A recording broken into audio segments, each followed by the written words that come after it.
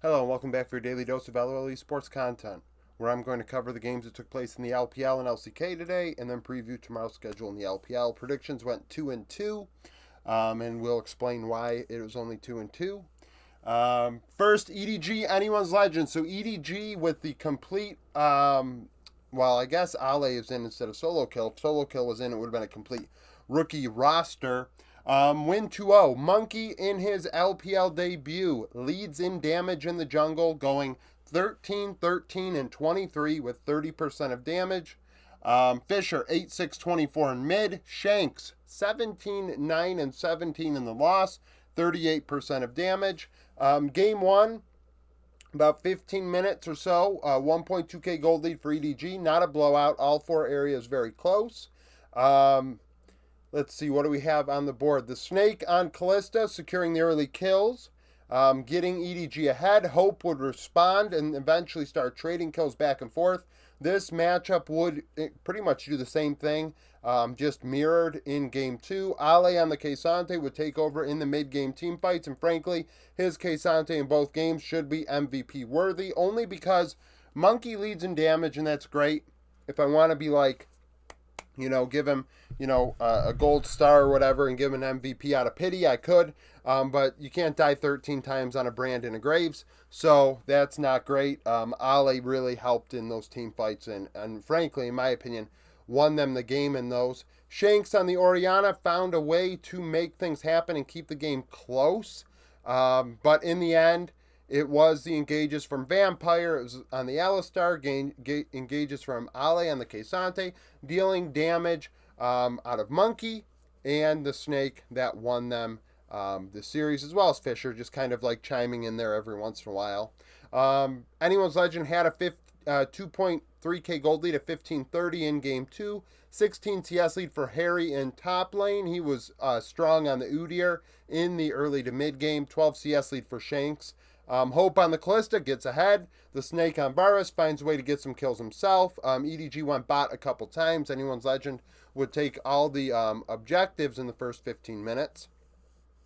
Once team fights really began, Harry on the Udyr secured a solo kill.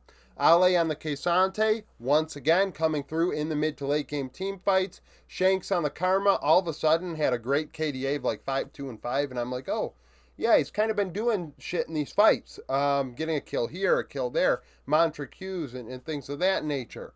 And not only that, by the end of the game, I think he loses with like 10 kills. He and Hope both had a ton of kills. But, I mean, Krako wasn't doing enough. Kale left a little bit to be desired. Monkey on the Graves got a triple in the final team fight. And that really pushed them over the edge to give them the win. I thought that Monkey played pretty damn well, given the circumstances. You gave him comfort and carry-oriented picks, and he took the bull by the horns. Some people might say, oh, well, he should play over JJ, and who knows? If I'm EDG, maybe I go with that. If you want a truly rebuilt roster going through a rebuild year, you might as well. Personally, I think JJ was suffering a bit on this team anyways. Definitely one of the more martyred, is it martyred players? He's just really struggling. To say the very least, on an EDG roster that's completely fallen apart. He's all that's left. And, he got hurt. There's a lot of coincidences there. Now, Weibo OMG went 2-1. Abel 6-4 and 26% of damage. Another series where he has a great KDA that looks like he's a support. Angel 8-3, 23 in mid. Xiaohu 4, 12 and 10, 31% of damage in the loss. So the first two games we had massive bot diffies. Game one, Weibo were up 3k gold at 8 minutes and 30 seconds and had a 45 CS lead in bot lane. Zhao Hao pretty much said, hey, Abel and PP God, you're not playing the game. Once Light and Crisp backed them off, Crisp on the Ashe, OMG just kind of slowly but surely and frankly, I mean, it was like slowly but surely tried to inch towards the turret and then would get pushed back by Xiao Hao. And eventually took 4 of OMG's players to help them and to allow them to even get under their own turret to try and farm.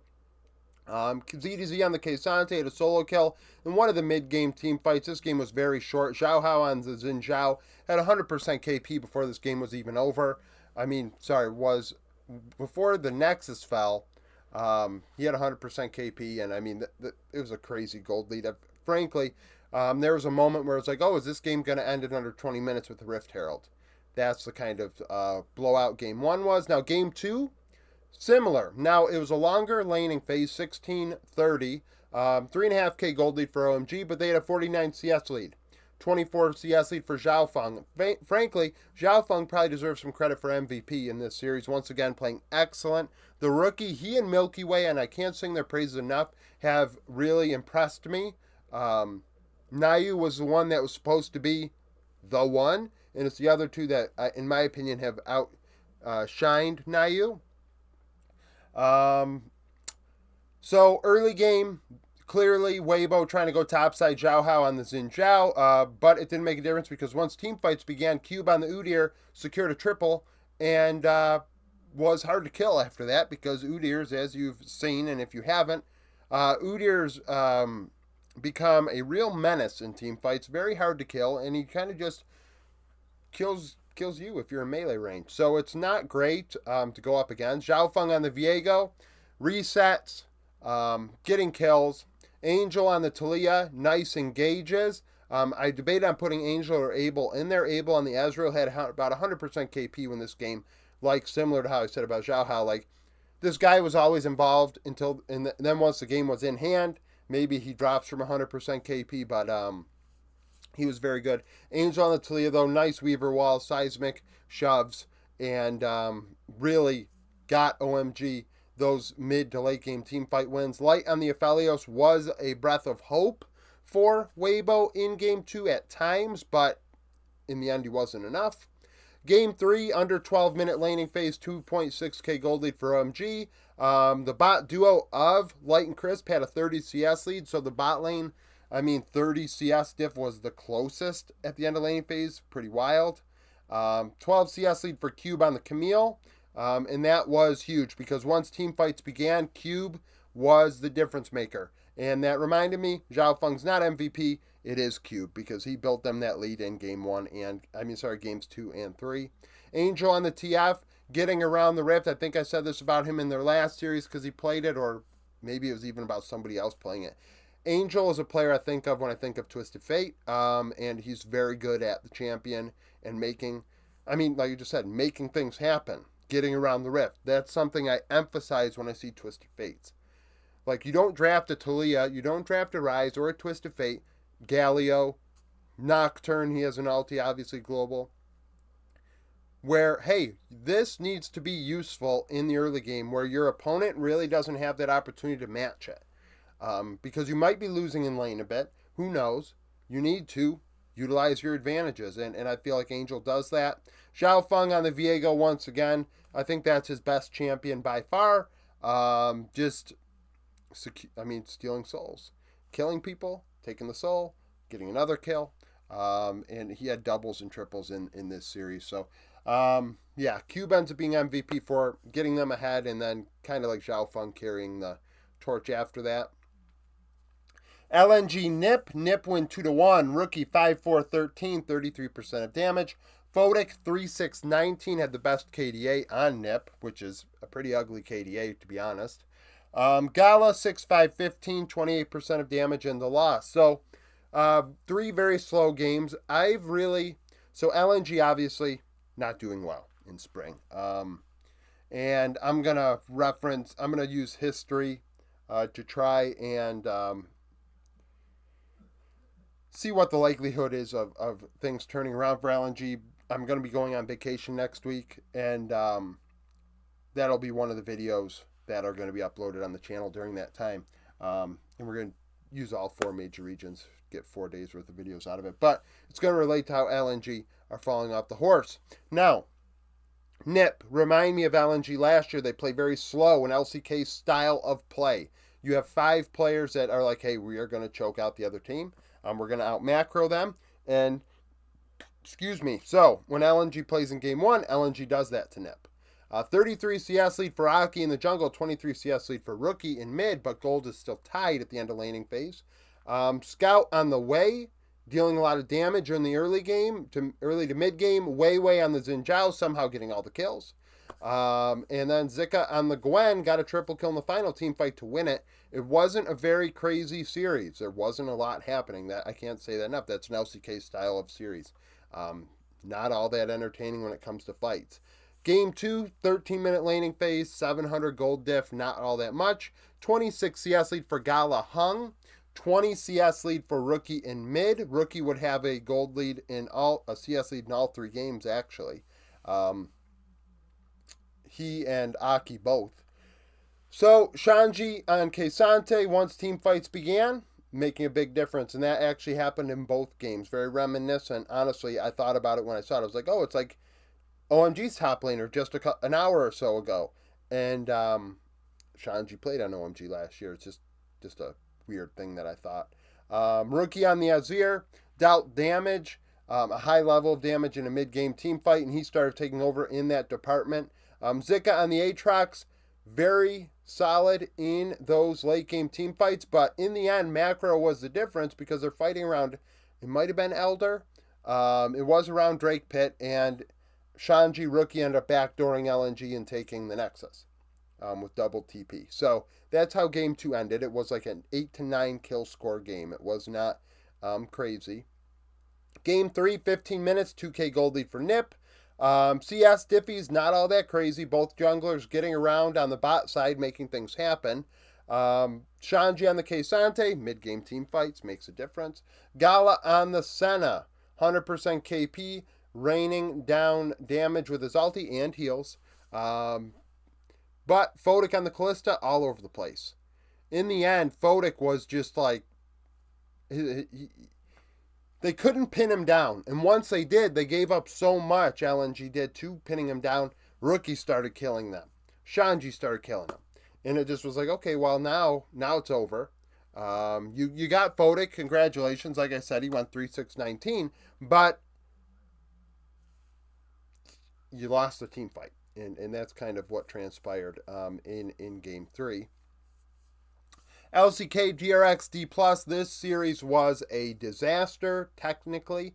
The internet was awful, I guess, in the arena or whatever, or on TR or whatever in Korea, because they had like a 4-hour pause. They had multiple pauses in this. They ended up actually having to postpone the KDF Brion series to a later date. And that's ironic because, frankly, they shouldn't have been playing each other again anyways, because they just played each other earlier this week and it felt like a scheduling snafu. So that's almost like a just situation, I guess. D plus would win 2-1. Showmaker 13-6-18, 33% of damage. Kellen, a good series, 1-3-36. Teddy 5-9-9 and 39% of damage in the losses. He tries to 1v9. Game 1, about a 4k gold lead for DK at 1630. CS Diffie's not all that much, but they're getting the kills. So that's how they get the gold. Showmaker on the Azir, once again, building the grasp. Using grasp ruins, which puzzles a lot of people, but still deals a lot of damage. So in the end, worth. What's the difference between having like 1,000 DPM and 1,200 in the end when they can't kill you? You're going to get your DPM out over a longer period of time anyways. Rascal on the Gwen did get a solo kill in an early to mid-game team fight onto Showmaker as he died and the rest of his team died. He was the only person really giving DRX hope when it came to actually securing kills in Game 1, as it was like 17-3 in kills at one point. Kellen on the Rakan, very good engages. Played an excellent series. Like I said, the KDA is not misleading. Hopefully, as many people that dislike Kellen, last year will be willing to, say that he did a good job today. Kingen on the Aatrox, that is obviously his champion of choice. I would almost argue that he's living up to that skin he got for it, winning MVP in 2022. Of course, winning MVP in 2022 at Worlds Finals was worth it enough. However, at the same time, it's like, okay, can he do more than just play one good series? And on the Aatrox, he looks like he's the best top laner ever in history. So that's kind of where it's limited. Game 2, 15-15 tied. 24 CS lead for Sponge on the Nocturne. 20 CS lead for Kingen in top lane. Kingen on the Gnar would have a solo kill. Satab on the Azir had a solo kill in mid as well, on to Showmaker. Sponge on the Nocturne, nearly 100%. Well, not actually, that's not true. I was going to say 100% KP this game. Very sporadic fights, all over the place. And in the end, the KP wasn't all that high for anybody. Sponge had some nice ultis on the Nocturne, which were important in getting objectives and then eventually winning the game. And Satab just was getting all the kills. Teddy was dealing the damage and Satab was getting the kills. If we had more damage graphs, maybe I would have put Teddy on the board. Game 3, 1.1k gold lead for DK at the end. Very slow Game 3. Rascal on the Malphite did have a triple kill in bot lane, TPing down there in a 5v5. Might have even been 4v5. No, it was 5v5. They had all 5 kills. So, triple kill on a Malphite. If that goes to Teddy on the Smolder, things are probably very different. But it in the end went on Rascal. Lucid on the Lee Sin, all over the damn place in this game. Looking very solid. Good series. Once again, into another rookie jungler. Kellen on the TK, decent knockup, sent a TK bot lane. Engages were on point. He did bail out some of his teammates with his eat as well. Aiming on the Senna, it was kind of something like, eventually I'm like, I have to write him on the board. He's getting a kill every team fight. He's affecting team fights at a high level. I got to put him on the board. So, also very important in the win for D+. Preview for tomorrow, LPL top Esports FPX, top 5-1, beat LNG. FPX 4-3, beat LGD. Last time they played top Esports 1-2-0. 4 of the 10 starters are the same, but there's no overlap. So Jackie Love went 8-11, 36% of damage in the win. LGD IG, LGD 2-5, lost FPX. IG 5-2, lost to Team Wii, actually.